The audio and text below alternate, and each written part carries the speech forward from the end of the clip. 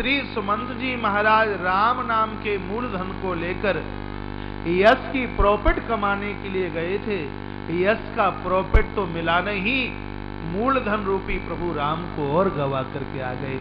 संपत्ति नष्ट होने पर, बिजनेस में घाटा होने पर जो स्थिति एक व्यापारी की होती है महाराज, वो स्थिति आज श्री सुमंत जी महाराज की। जब बिजनेस फेल होता है, स्थिति बिगड़ती है, उस स्थिति को वो व्यक्ति ही समझ सकता है। स्थिति क्या बनती है, कवितावली में गोस्वामी जी ने लिखा है। उसको जितना दुख होता है, उतना कष्ट होता है, उससे ज्यादा कष्ट सुमंत जी महाराज को है। सूर्य अस्त होने से कुछ घंटे पहले अयोध्या की सीमा में पहुंचे, लेकिन अवध में प्रवेश करने की हिम्मत नहीं पड़ रही। सोचते हैं कि लोग पूछेंगे कि राम कहां है। एक अभागा सुमंत उनको क्या जवाब देगा। जब संध्या का सूर्यास्त हो चुका था, तब धीमे से अयोध्या में प्रवेश किया श्री सुमंत जी महाराज ने। फिर भी रथ की खटपटाहट लोगों ने सुनी ही। लोग दौड़ते हुए आ रहे थे। खाली रथ को देखा। किसी ने पूछा काका प्रभु कहां है, किसी ने पूछा पुत्र राम कहां है, बेटा राम कहां है। सुमंत की बाणी मूक हो गई, कुछ बोल नहीं पाए। गोस्वामी जी लिखते हैं कि अयोध्या की स्थिति बिल्कुल शमशान घाट की तरह है। जैसे किसी व्यक्ति की मौत होने पर कोई एक दूसरे से बात नहीं करता, उसी प्रकार से यार कोई किसी को बोलने के लिए बिल्कुल तैयार नहीं है।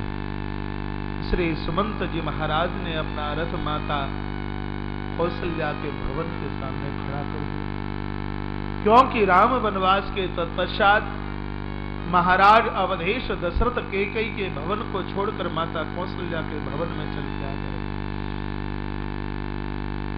श्री सुमंत जी महाराज ने उस भवन में प्रवेश किया। महाराज दशरथ अचेतन स्थिति में पड़े हुए थे। सुमंत ने प्रणाम किया और कहा, अन्नदाता की देखो, हे अन्नदाता, एक अभागा आपका सचिव आपके चरणों में वंदन करता है, प्रणाम करता है। धिक्कार मेरी उस जिंदगी के लिए है। मैं अवध की संपत्ति को वन में गवा करके चला आया। सुमंत की आवाज सुनकर के हल्के से महाराज दशरथ खड़े हुए और कहा, सुमंत, मेरा राघव कहां है, कहां है मेरा लखन? सुमंत जल्दी बताओ, मेरी बेटी जानकी कहां है, मेरी जानकी कहां है?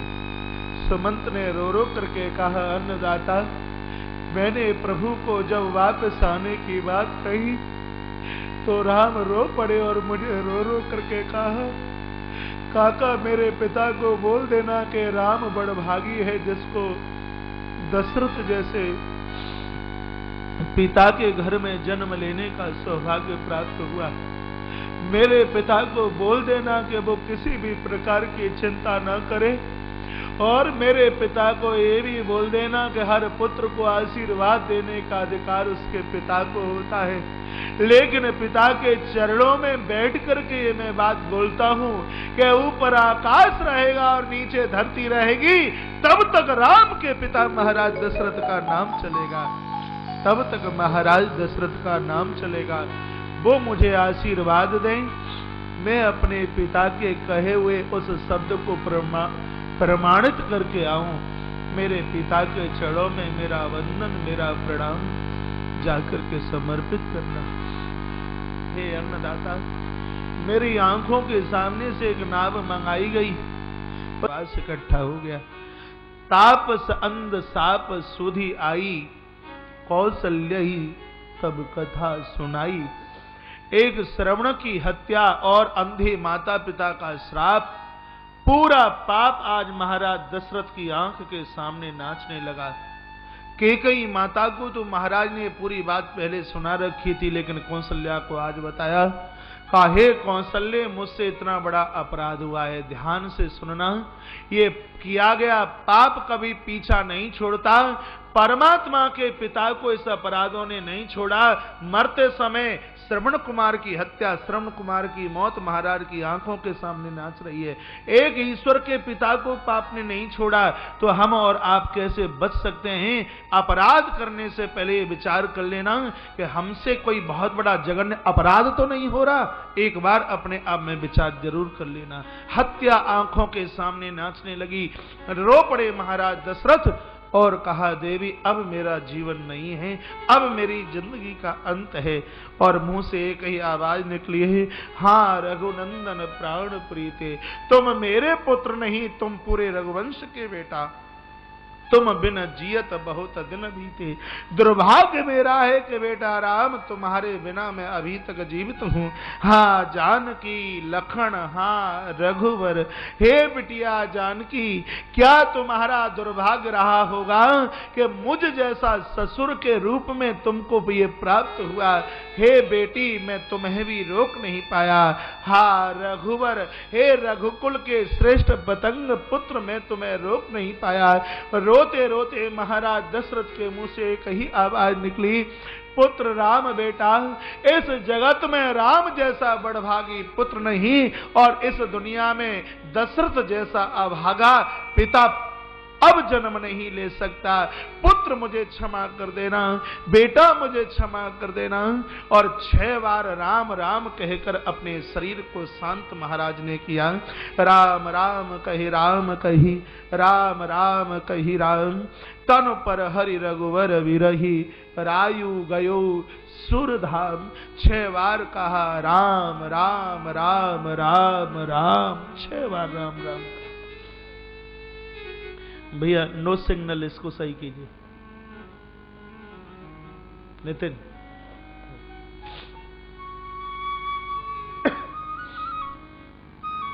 महाराज दशरथ ने 6 बार राम राम शब्द का उच्चारण क्यों किया? राम और दशरथ की दूरी ये 6 दिन की ही बीच में बनी है। नौमी के दिन मन में ये बात आई कि राम को अयोध्या की गद्दी का मालिक बनाया जाएगा। वैशाख शुक्ल पक्ष तिथि नौमी, वैशाख शुक्ल पक्ष नौमी को यह निर्णय किया गया कि कल 10वीं को राम को अयोध्या की गद्दी का मालिक बनाया जाएगा, राज तिलक किया जाएगा। नौमी को मन में यह संकल्प किया गया, लेकिन 10वीं को प्रातः प्रभु श्री राम का वनवास हुआ और पूर्णमासी को श्री सुमंत जी महाराज राम को छोड़ करके अयोध्या आए। तो 10वीं से लेकर के पूर्णमासी तक गिनती करना, ये बीच में कितने दिन निकले हैं? 6 दिन। 10वीं, एकादशी, द्वादशी, त्रयोदशी, चतुर्दशी और वैशाख शुक्ल पक्ष की पूर्णमासी।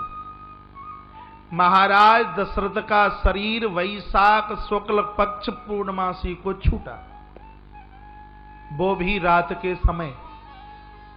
विचार किया कि 6 दिन से मैंने बेटा राम का दर्शन नहीं किया।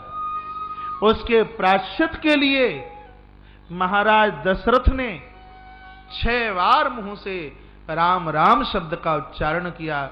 राम राम कही राम कही, राम राम कही राम, तन पर हरि रघुवर विरही, राहु गयो सुरधाम। महाराज दशरथ ने 6 बार राम राम शब्द का उच्चारण करते हुए अपने 5 तत्वक शरीर को 5 महाभूतों में विलीन कर दिया।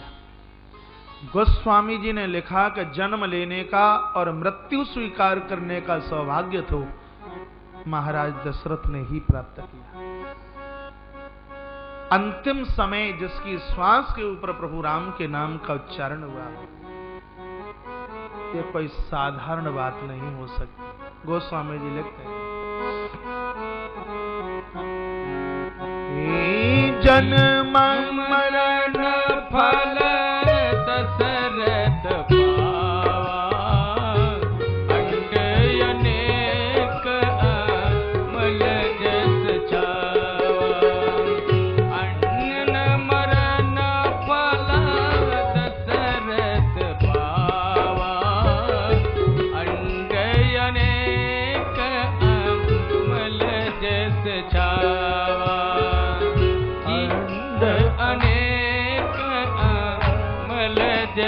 जावा, जियन राम विधु बदनु निगारा, जियन राम विधु बदनु निगारा, राम बिन करी मरनु समारा, राम बिन करी मरनु समारा, जियन मरण पर दशरथ पावा, अंडयने कया बल जस जावा, अंडयने कया बल जस जावा।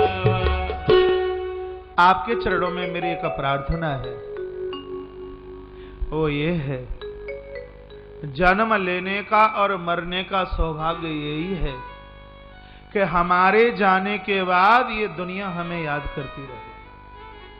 आदमी बहुत बढ़िया था, चला गया, उसके बिना सुमसाम हो गया।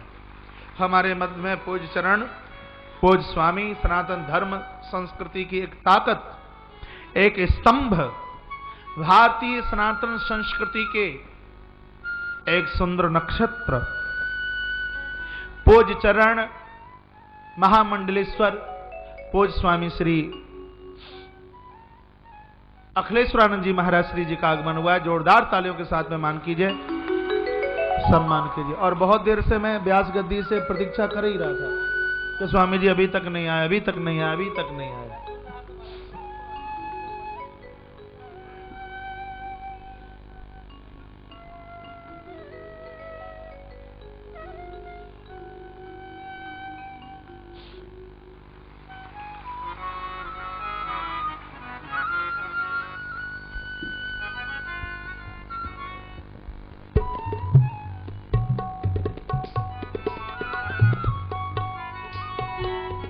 एक बार पुनः आप अपने आप को भगवत कथा से जोड़िए।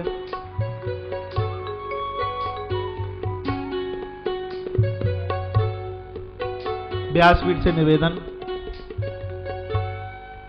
आदमी की अच्छाई का पता तब चलता है हमारे जाने के बाद में आने वाला समय हमें याद करता रहे, हमें हमारे लिए रोता रहे। आज ध्यान से सुने, आज हमारे पास पद है, प्रतिष्ठा है, गाड़ियां हैं, घोड़े हैं, नौकर हैं, चाकर हैं, सब लोग हमारे साथ हैं, इस बात की वैल्यू नहीं।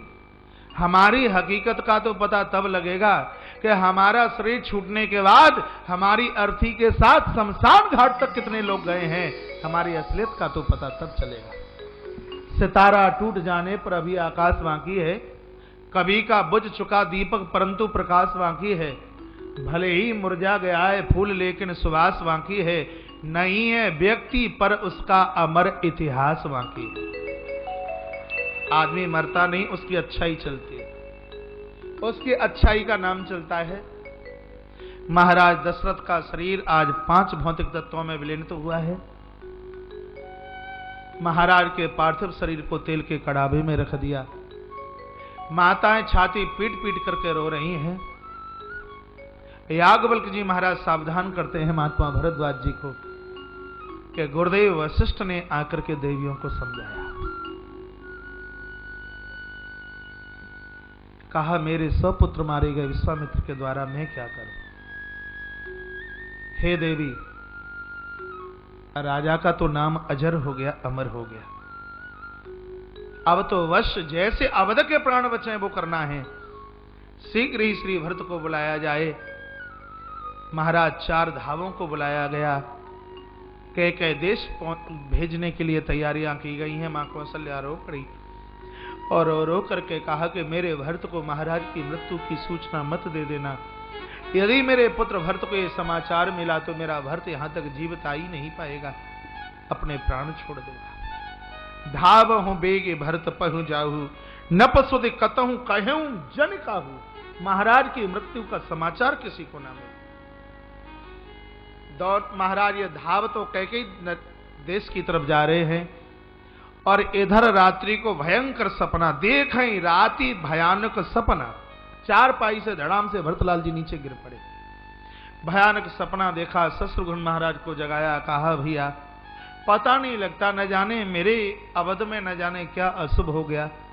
मैंने बहुत बुरा सपना देखा है, मेरे पिता के वस्त्रों को कोई खींच रहा है, मेरे पिता को पहाड़ से किसी ने फेंका, और मैंने एकाएक ऐसा देखा है कि तेल के कड़ावे में मेरे पिता को छोड़ दिया गया है। और मैंने सपन में ये देखा कि माताएं सफेद वस्त्र पहने हैं, मांग में सिंदूर नहीं है। मुझे लगता है कि मेरे अवध में कुछ अशुभ तो नहीं हो गया। शत्रुघ्न जी महाराज रो पड़े, भैया के चरणों में माथा रखा और कहा भैया अरे जिसका भ्राता राघव जैसा हो, जिसके गुरु वशिष्ठ जैसे हो, और जिनका पिता महाराज दशरथ और जिनकी मां कौशल्या जैसी हो, उसके अवध का कभी बाल बांका नहीं हो सकता, उसके अवध का कभी बुरा नहीं हो सकता। मंच पर श्री रमेश रंगलानी जी नगर पालिका अध्यक्ष, बहुत भारी व्यवस्था आयोजन के लिए इनकी तरफ से समर्पित हैं। एक बार तालियों के साथ उनका सम्मान कीजिए। सम्मान उस अवध का कभी बुरा नहीं हो सकता। रात निकली, प्रातः हुआ है, ब्राह्मणों को बुलाया, भंडारा खोल दिया और शंकर जी का अभिषेक। ये भरतलाल जी के दो काम रोज के, शंकर अभिषेक और ब्राह्मणों को भोजन। लिखा विप्र जिवाही देही दिन दाना, हर दिन, किसी दिन की अब्सेंट अनुपस्थिति नहीं है। शिव अभिषेक करही विधि नाना, विविध प्रकार से, विविध प्रकार से, कभी शहद से शंकर जी को अभिषेक, कभी गन्ने के रस से, कभी सुंदर तैल पदार्थों से, कभी दुग्ध से, पई से भगवान शंकर को अभिषेक। और ये हर चीजों का अपने आप में एक महत्व है। कल कितना अच्छा लग रहा था, शहद से भगवान को अभिषेक कराया गया, परसों गन्ने के रस से भगवान को अभिषेक कराया गया। शिव महारात्रि के दिन विशेष अभिषेक की व्यवस्था, चतुर्थ पहर की पूजा की जाएगी, 4 पहर की पूजा, पूरे दिन भी शिवलिंग का निर्माण होगा और पूरी रात्रि भी शिवलिंग का निर्माण होगा। शिव महारात्रि सोमवार, और उस दिन सोमवार भी है, 20 तारीख की पूरी रात्रि को हम 4 पहर की पूजा का आनंद लेंगे। टेलीविजन के माध्यम से भी मुझे जो सुन पा रहे हैं वो भी अपना डेरा बालाघाट की धरती पर आकर के डाल लें। दुनिया के ये लोक से परलोक के जितने भी देवी देवता हैं वो इस समय बालाघाट की धरती पर आकर के बैठे हुए हैं। इस यज्ञ से आप भी उपस्थित मत रहिए, आपकी भी उपस्थिति दर्ज होवे। शरीर से ना आ पाए तो कृपया मन से तो आ ही जाना। बोलिए शंकर भगवान की जय। जय जय श्री राधे। नमः पार्वती पतये हर हर महादेव। अभिषेक करके मंदिर से बाहर भरतलाल निकले, ब्राह्मणों को भोजन करा के दक्षिणा दे ही रहे थे। इतने में अयोध्या से पधारे हुए महाराज वो चारों के चारों धाव चल के आ गए, जिनकी आंख में आंसू थे। भरत को देख करके ही वो रो पड़े हैं। भरतलाल समझ गए कि जरूर मेरे अवध में कुछ अशुभ हो गया। पूछा भैया क्या बात है, मेरे प्रभु राम ठीक से तो है ना, मेरे पिता ठीक से तो है ना, गुरुजी की क्या स्थिति है, भरतलाल पूछ रहे हैं। भरत को नहीं पता कि अयोध्या का अन्नदाता चला गया है। उन धावों ने बात बदल करके कहा भैया भरत सब ठीक से है, थोड़ी पिताजी की स्थिति थोड़ी गंभीर सी थी, गुरुदेव ने आपको याद किया, एक भी बार ये नहीं कहा कि महाराज की मृत्यु हो गई है। हमने पहली बार आपको बहुत दिनों के बाद देखा, इसलिए हमसे रहा नहीं गया और हम रो पड़े। भरतलाल की आंखें भर आई और कहा शत्रुघ्न मेरा बायां अंग फड़क रहा है, मुझे लगता है कि बहुत बुरी सूचना कोई मिलने वाली है, देर न लगाई जाए, शीघ्र ही रथ अवध के लिए प्रस्थानित कराया जाए। रथ तैयार किया, दोनों भाई अवध के लिए प्रस्थान कर रहे हैं। भरतलाल मन ही मन विचार कर रहे हैं, इतने दिनों के बाद में मैं अयोध्या पहुंचूंगा, भैया रामनगर की सीमा के बाहर चल के आएंगे, मैं उन्हें प्रणाम करूंगा तो प्रभु का मुझे आशीर्वाद मिलेगा, और जब मैं गुरुजी के चरणों में प्रणाम करूंगा गुरुदेव मुझे कितना आशीर्वाद देंगे। पिताजी मुझे बहुत आशीर्वाद देंगे। मेरी बड़ी माता की तो न जाने कितनी चिट्ठियां मेरे पास आई, जिसमें लिखा कि बेटा भरत तू अवध आजा, तेरे बिना मुझे चैन नहीं पड़ता, तेरे बिना मुझे अच्छा नहीं लगता। बड़ी मैया के चरणों में मैं प्रणाम करूंगा। ऐसी मेरी भोली भाली माँ, सीधी माँ, मेरी माता कौशल्या, माँ कैकेयी से भी ज्यादा जिसने मेरे ऊपर दुलार किया, आज मुझे मेरी माँ से मिलने का सौभाग्य प्राप्त हुआ। सरयू माता का आचमन करके ही मैं अपनी अयोध्या में प्रवेश करूंगा। अवध का राजकुमार ये सोचता हुआ जा रहा है, क्या पता था कि आज इस जिंदगी के छड़ों ने तुम्हारे भाग्य के ऊपर कुछ और दूसरा टीका लगा करके रख दिया है। समझ नहीं पाए। रथ आगे की तरफ चला। जो ही अवध की सीमा में रथ पहुंचा सरयू के तट पर, ग्रंथ में लिखा है कि सरयू माता रो रही थी। माता सरयू रोती हुई नजर आई है।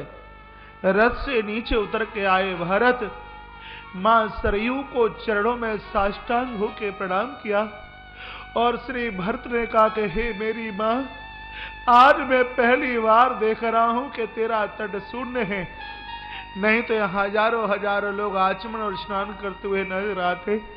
हे मेरी मां, ये बता कि मेरे अवध को हो क्या गया?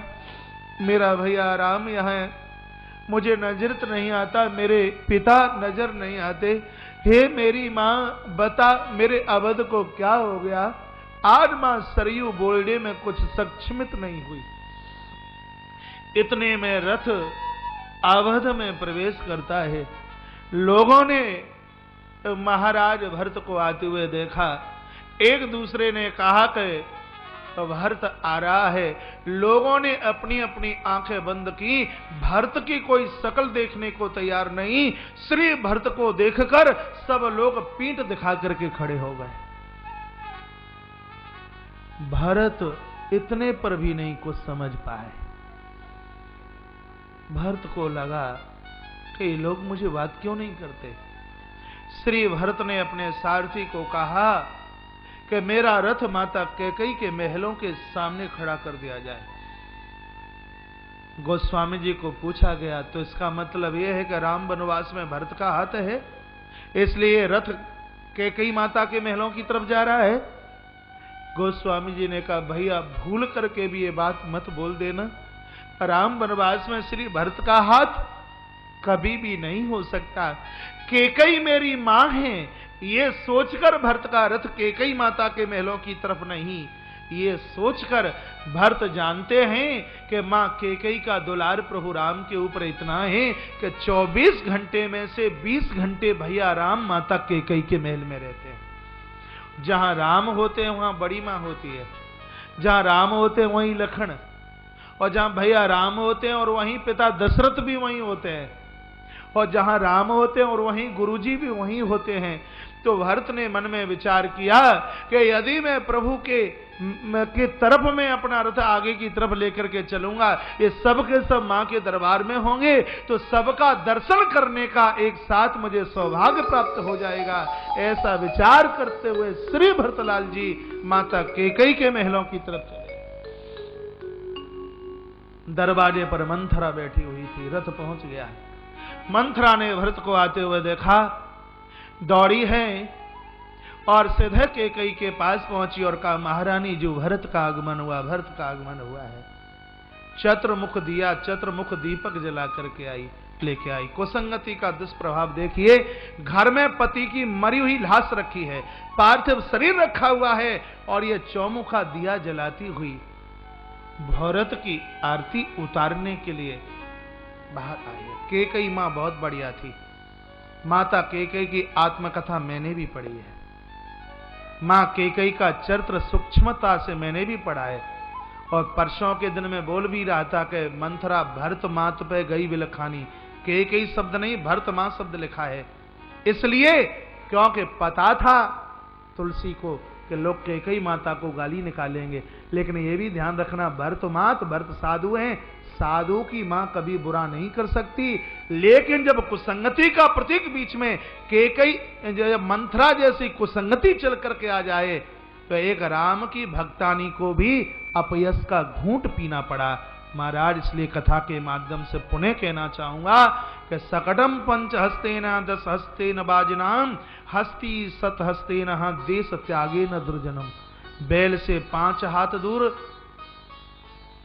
घोड़े से 10 हाथ दूर, हाथी से 100 हाथ दूर, और जहां दुर्जन लोग रहते हैं उस स्थान को तो छोड़ देना ही चाहिए। ये कथा का सार है, ये सार है। एक कुसंगति की वजह से दूरियां देखे, पति की मरी लाश घर में, पार्थिव शरीर, कोई असर ऊपर नहीं है।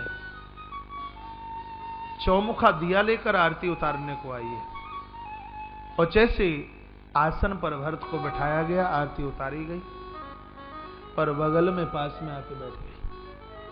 कैकेयी बोलती है, बेटा भरत मेरे पिताजी ठीक तो है ना, मेरी माँ ठीक से तो है, भैया भाभी सब ठीक से तो हैं। भरत की आंखें भर आई और भरत ने कहा, माँ ननिहाल में मम्मी हाल में तो सब ठीक है, लेकिन तू ये बता मेरे अवध का समाचार क्या है। मुझे पिताजी दिखाई नहीं देते, भैया भी दिखाई नहीं दे रहे, बड़ी माँ भी नजर नहीं आती, गुरुजी भी नजर नहीं आते। क्या इन सबको ये नहीं पता था कि आज तुम्हारा भरत आने वाला है? मैं सोच रहा था कि सब मुझे अयोध्या की सीमा में मिलेंगे, इनका आशीर्वाद मैं लूंगा चरण छू करके, और ये माता मुझे सबके सब दिखाई नहीं देते। बात क्या है? वैसे तो कौशल्या मैया हर रोज मेरे लिए चिट्ठी भेजा करती थी, बोलती कि बेटा भरत तेरे बिना मुझे अच्छा नहीं लगता, तू जल्दी आ जा। क्या आज मेरी बड़ी मैया को ये पता नहीं था कि आज उसका भरत आने वाला है? माँ ये सब के सब लोग कहाँ चले गए? ये मुझे मिलने को क्यों नहीं आए? क्या बात है माता, ये सब लोग कहाँ हैं?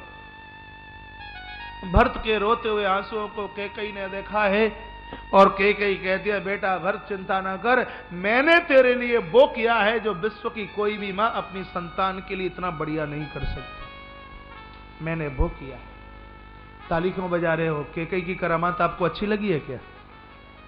ताली बजाने का भी एक समय, हंसने का भी और रोने का भी कोई समय होता।